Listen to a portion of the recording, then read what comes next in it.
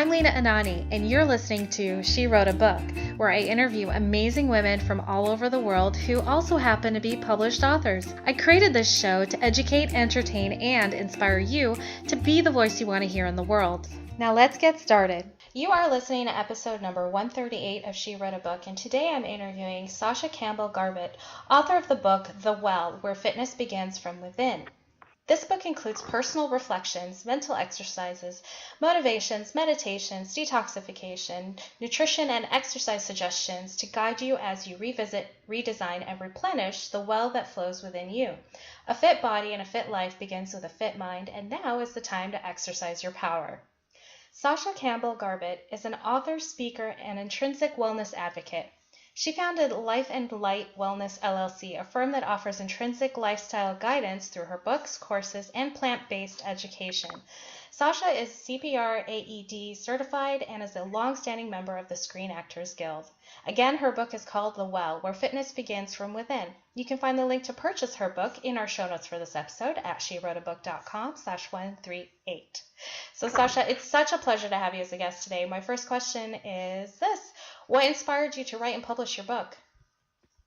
Well, first of all, thank you so much for having me. I'm super excited to start off the first quarter of the new year on such an amazing platform, so thank you for having me. The inspiration from The Well came in two parts. As a personal trainer by trade, I had clients, and they were always kind of going in a circle, especially during the new year. Everybody wants to get fit, everybody wants to get in shape, and everybody thinks that they're committed. And by the end of January, February, they're kind of back to square one. And then the beginning of March, they're back to square one again and again. And I've never been someone who's based my business on monetary gains alone. I feel that my success is gauged based on the amount of people that have found a way to maintain the weight release that they were aiming for. So ultimately, I like to not have repeat clients after a year or two. But after a while, I was like, okay, something is missing in this formula of eat this diet, go to the gym, and lose weight, and it stay off because it's not working. We could kind of all look around us and see that. So I am a daily meditator. I meditate every morning. And in the meditation, it came to me, The Well. It said, write the well. I was like, what? Because I'm a writer in general. And I write a lot of original motivations and affirmations. So my original thought was to write a book of motivations and call it Life and Light, like my business. But I give thanks that I obeyed that inner call to write The Well. And so once I got the word, quote unquote, to write The Well, I began to sit down and utilize my experiences from being a trainer and realize that people were missing a step. And I realized the step that was missing came from an internal standpoint. When people hear the word fitness, they think exercise and gym and weights, but the fitness is actually just defined as health. And where health is sustained, just like where everything else is sustained, is within. The fruits and vegetables that we should be eating come from underground. And, babies are made in the darkness, in the amazing abyss. And so the key to all life and the key to all true change comes from a place that we don't see, comes from a place that our even thoughts are governed at, and that's our subconscious. And we often don't pay attention to our subconscious because it's been with us for a long time. But we have to question the seeds that are in our subconscious and ask ourselves if it's taking us to where we want to go. And if we could answer no to that, then we could start to make the change. And what I love about my book, The Well, is that it tackles weight loss from a physical standpoint and also an emotional standpoint, because there's a lot of women who would read it and see this and be like, well, I'm fit. Well, skinny doesn't mean healthy, number one, and skinny doesn't mean that you don't have emotional baggage that you're carrying. So The Well delves into releasing physical and emotional baggage so that you have enough energetical space to receive the things that you need to live the life that you deserve. I love it. Wow.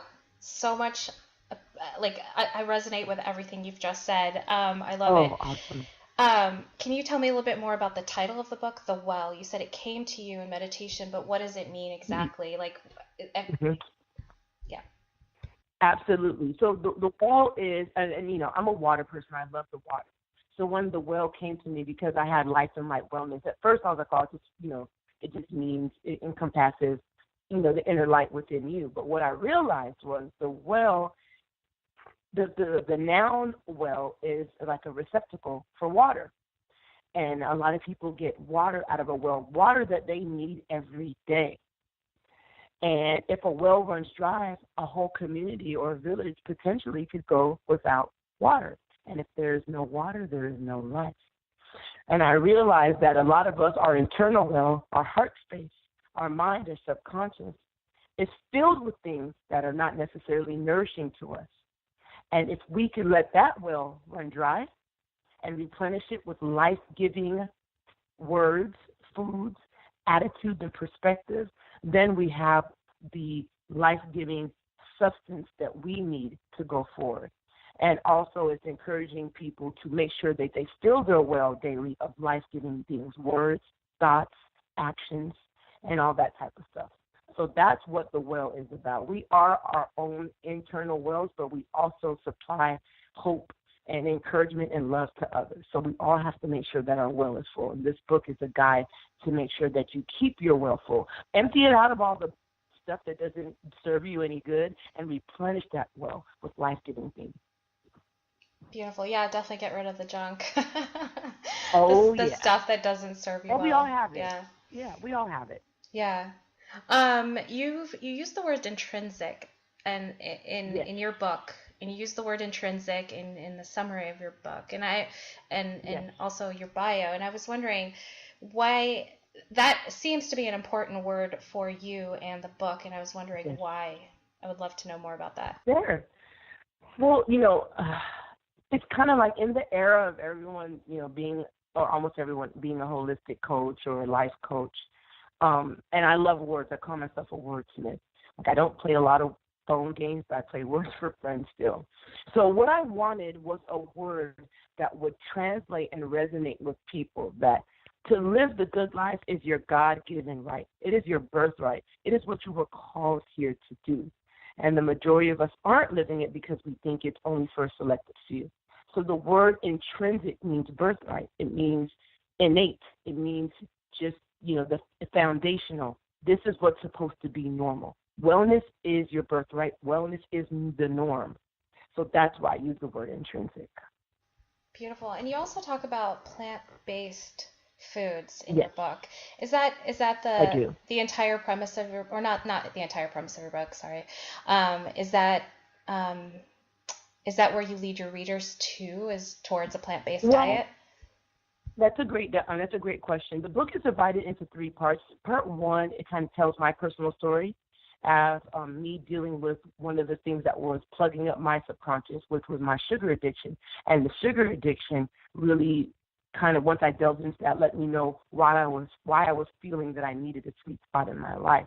The second part of the book is actually where we go in and we actually have written exercises for you to do to start excavating those stale roots inside of yourself so we can replenish it. And the third part of the book is where I give detoxification, meditation, nutrition, and exercise suggestions. And being a plant-based eater myself, a lot of my clients, a lot of people come to me asking how do they go there. So what I do in the book is let people know, kind of debunk some of the myths of, well, where do you get your protein, which is one of the biggest myths. And I get into where you can get I have a couple charts in there where you can get your protein from, and different things that you can do if you are leading towards a plant-based diet. Now, my goal, because I'm an intrinsic wellness advocate, is not to make everyone be the same. It's for people to find and maintain and cultivate the lane that they were born in. And for some in this moment, that is plant-based living, plant-based eating. But for some, they just want to start with the basics. How can I get weaned off of not eating burgers every day?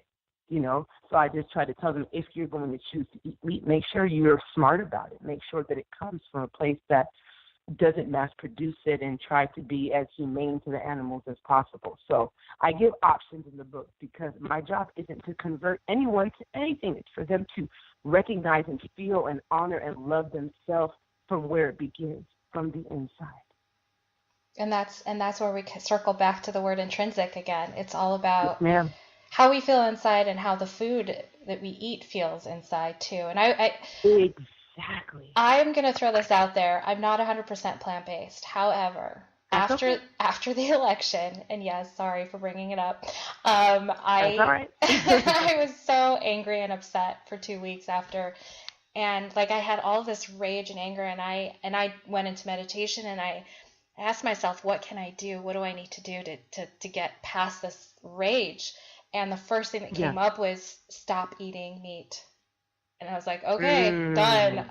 And I knew exactly why, because meat, a lot of the meat I was eating was coming from a place of where, they are mistreated. They are, the animals before they're Yeah. killed are high anxiety and angry and upset. And like that energy definitely infuses into your energy when you eat it. Absolutely. And I think that's one of the biggest disconnects that people have is not even wanting to face or even to question what it's a living thing. Yes, and plants are living things too, but from what we know, they don't really deal with a tremendous amount of emotions that we could relate to. They go to sleep, they wake up, but we don't know all of it. But we know animals, mammals, they birth, they love, and they feel what we would feel, so to speak, if we were going to slaughter. You know what I mean? We feel fear, we feel anxiety, we feel sadness, we feel alone. And in turn, with the saying, we are what you eat, if you are eating something that has those emotions, you will take on those emotions to a certain degree. Just as if you're hanging around someone they call a negative Nancy or a Debbie Downer. If you're hanging around them, whether you realize it or not, subconsciously, it seeps into your being and becomes part of you. And you're like, oh, my God, I've never been like this before. Why am I like this? So another goal of the book is to have people aware that everything is connected. Our body is not a whole bunch of separate systems. It is one system, spiritually, subconsciously, physically, emotionally. And I think once we can tie that in, we'll be so much more socially aware and personally aware of all the things that we're doing, saying, thinking, and eating. And, I stress this when I do my speeches. I tell people, we stress working so hard in this world. Work hard, get a degree, get a job, or, become an entrepreneur. But if we're striving hard for all of this and we do not have a planet to manifest all this awesomeness on, what are we doing? And the reality is mass meat production puts a wear on our planet. So I just try to encourage people, start off, even if it's one day a week that you're not eating meat, then grow to 2 or 3. And I'm not telling you not to eat it, but just be aware that, if you're going to eat it, maybe don't eat it every day. Maybe eat it a couple times a month or something, but you have to know that you are connected to the environment that you are sitting in. And there is a social responsibility and a moral responsibility and a spiritual responsibility that comes with that. And that's part of the purpose of the well as well. Beautiful, beautiful. My last question for you is this: what do you love most about being an author? I love the expression that you get. There's really no right or wrong way to put something about, especially in self-publishing. If you feel something and you feel it strong enough, whatever you're feeling, at least 1 or 2 people are going to run and read that too. And it's good to not get caught up in pleasing everyone as opposed to living in that moment that you feel that you have to express yourself. And we all have different ways of expressing ourselves. Some people sing, some people, tell jokes or draw, and some of us choose to write and share what we're feeling with the world. And there's nothing more beautiful than creative expression and allowing yourself to be who you are in that moment. So that's what I love about being an author, and that people can see that story and read that story. Great answer. I love it. Sasha, thank you so much for being our special guest today. We will have a link to your book in the show notes for this episode, and our listeners can find that at shewroteabook.com/138 to learn more about our author and her very healthy book. Thanks again, Sasha. It's been a pleasure. Thank you so much for having me. Have a wonderful year, everybody. Thank you for listening to She Wrote a Book. If you enjoyed this episode, then subscribe now so you can automatically get access to all new episodes, and feel free to share your inspired thoughts with us in the comments too. I'd love to hear from you. Until then, may you always feel good and make magic.